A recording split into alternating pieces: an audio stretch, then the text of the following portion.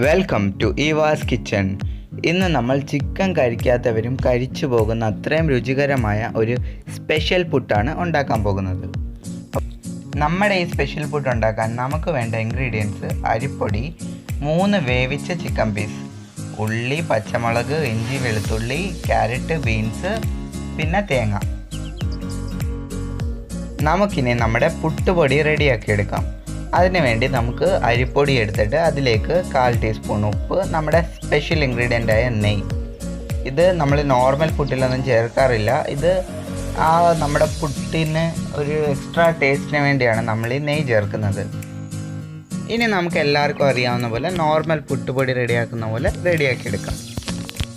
അപ്പോൾ കുറച്ച് വെള്ളം ഒഴിച്ച് നമ്മൾ നമ്മുടെ പുട്ടുപൊടി റെഡിയാക്കി എടുത്തിട്ടുണ്ട്. ഇതാണ് ഇതിൻ്റെ പരുവം. പുട്ടുപൊടി റെഡി ആയി കഴിഞ്ഞിട്ട് നമ്മൾ ഇത് 10 മിനിറ്റ് മൂടി വെക്കണം, റെസ്റ്റ് ചെയ്യാൻ വെക്കണം. ഇനി നമുക്ക് നമ്മുടെ ചിക്കൻ പീസ് ഇതേപോലെ പൊടിച്ചെടുക്കാം. അതിൻ്റെ ബോൺ സെപ്പറേറ്റ് ചെയ്തിട്ട് നമുക്ക് ചിക്കൻ മാത്രമാക്കി എടുക്കാം.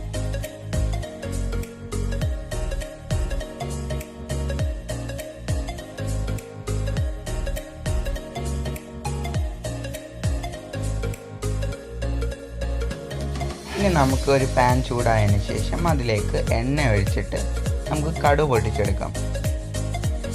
നമ്മുടെ കടുക് പൊട്ടിയതിന് ശേഷം നമുക്കതിലേക്ക് ഉള്ളി ഇട്ട് കൊടുക്കാം.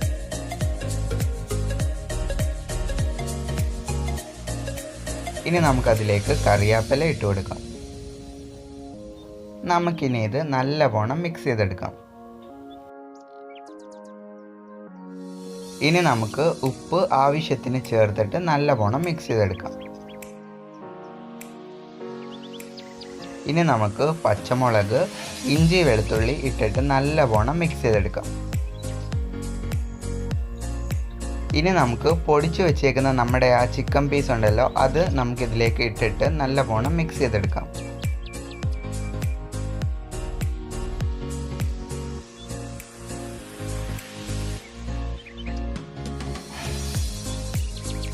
നമുക്കിനി ഇതിലേക്ക് 1/4 ടീസ്പൂൺ മഞ്ഞൾപ്പൊടി ഇട്ട് കൊടുക്കാം.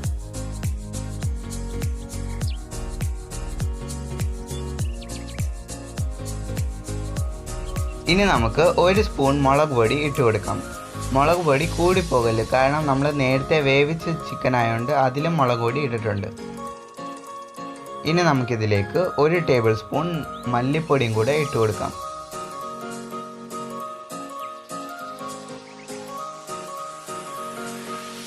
നമുക്കിനി 1/4 ടീസ്പൂൺ ഗരം മസാലയും കൂടെ ഇട്ട് കൊടുക്കാം.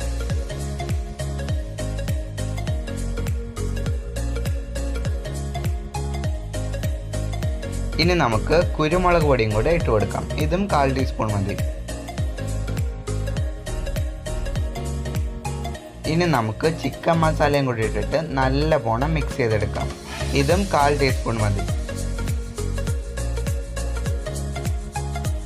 നമ്മളിട്ട എല്ലാ മസാലകളും ഈ ചിക്കനിലോട്ട് പിടിക്കാൻ വേണ്ടി നമ്മളിനി 4 സ്പൂൺ വെള്ളം ഒഴിച്ചിട്ട് നല്ലവണ്ണം മിക്സ് ചെയ്തെടുക്കാൻ പോവുകയാണ്. കാരണം അപ്പരേ നമ്മൾ ഈ ഇട്ട മസാലകൾ ഈ ചിക്കനിലോട്ട് പിടിക്കത്തുള്ളൂ.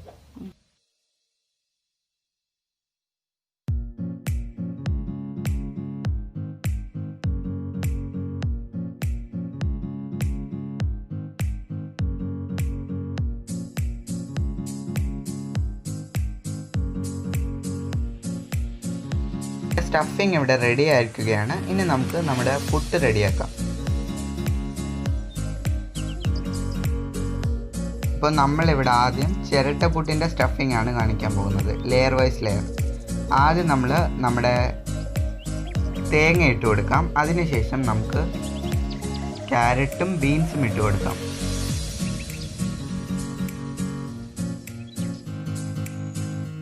ഇനി നമുക്ക് നമ്മുടെ പുട്ടുപൊടിയും ഇട്ട് കൊടുക്കാം.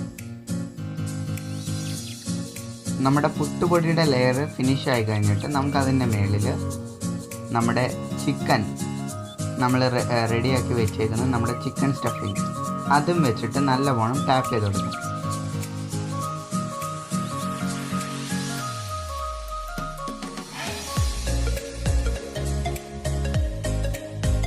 ഇനി നമുക്ക് ഇതിൻ്റെ മേളിൽ നമുക്ക് ഇച്ചിരി തേങ്ങയും കൂടെ ഇട്ട് കൊടുക്കാം.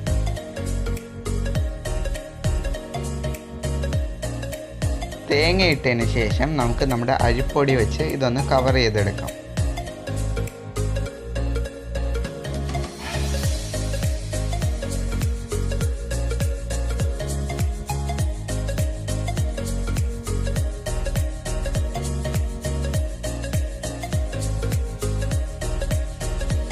ഇനി അവസാനം ഒരു ലെയർ തേങ്ങയും കൂടെ ഇട്ടിട്ട് നമുക്ക് അതിൻ്റെ മേളിൽ നമ്മുടെ ക്യാരറ്റും ബീൻസും വെച്ച് ഫിനിഷ് ചെയ്യാം.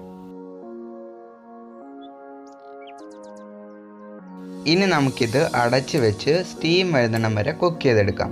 ഇനി ചിരട്ടപ്പുട്ട് ഇല്ലാത്തവരുടെ വീട്ടിൽ നമ്മുടെ നോർമൽ പുട്ടുകുറ്റി ഉണ്ടല്ലോ, അതിൽ നമുക്ക് സെയിം ലെയറിങ് തന്നെ ഫോളോ ചെയ്യാം.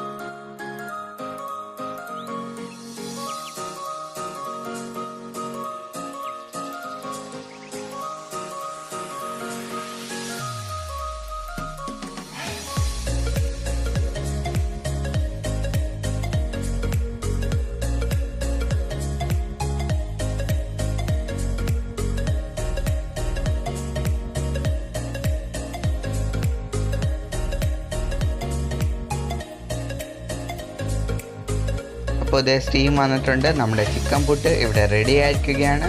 വീഡിയോ നിങ്ങൾക്ക് എല്ലാവർക്കും ഇഷ്ടപ്പെട്ടെന്ന് ഞാൻ വിശ്വസിക്കുന്നു. വീഡിയോ ഇഷ്ടപ്പെട്ടെങ്കിൽ ലൈക്ക് ചെയ്യുക, ചാനൽ സബ്സ്ക്രൈബ് ചെയ്യുക. ഇതേപോലുള്ള അടിപൊളി വീഡിയോസുമായി ഞങ്ങൾ വീണ്ടും എത്തിച്ചേരുന്നവരെ സ്റ്റേ ട്യൂൺ. Bye bye.